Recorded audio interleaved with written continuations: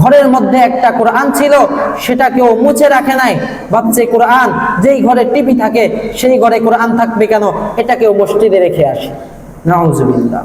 আমাদের অবস্থা তো এমন হয়ে গেছে যে ঘরের মধ্যে টিভি, একজন মুসল্লি বলতেছে হুজুর এই কোরআনটাকে মসজিদে রেখে দেন। আমি বললাম কেন? বলে হুজুর ঘরের মধ্যে টিভি আছে, তো টিভি আছে তো এজন্য কোরআন পড়া হয় না, ভাবলাম এই কোরআনের সম্মানে কোরআনটাকে মসজিদে রেখে দিই। নাউজুবিল্লাহ। কেন এমন হবে? আমাদের তো হওয়া উচিত ছিল যেই ঘরে কোরআন আছে ওই ঘরে টিভি রাখবো না, টিভিটাকে ফালায় দিই, টিভিটাকে বিক্রি করে দিই। কিন্তু হয়েছে তার উল্টো।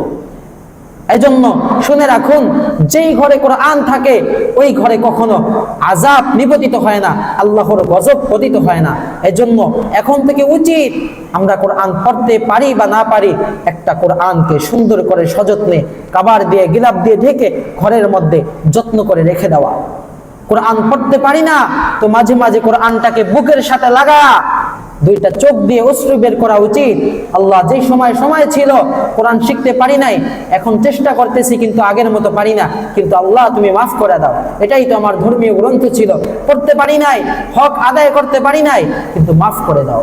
মাঝে মাঝে আপনি কোরআনটা বুকে নিয়ে কাঁদবেন, দেখবেন কাল কিয়ামতের ময়দানে আপনার হেদায়েতের, আপনার নাজাতের জন্য এই কোরআনে যথেষ্ট হয়ে যাবে। আল্লাহ পাক তো ওসিলা খুঁজেন, ওসিলা খুঁজেন। কাল কিয়ামতের ময়দানে আল্লাহ পাক বলবেন এই যে আমার বান্দা কোরআন পড়তে পারতো না, কিন্তু কোনো একদিন আমার কোরআনকে বুকে জড়ায় ধরা কাঁদতেছিল, এই ওসিলায় আমি তাকে মাফ করে দিলাম। বলেন সুবহানাল্লাহ। আল্লাহ পাক তো এমন দয়ালু।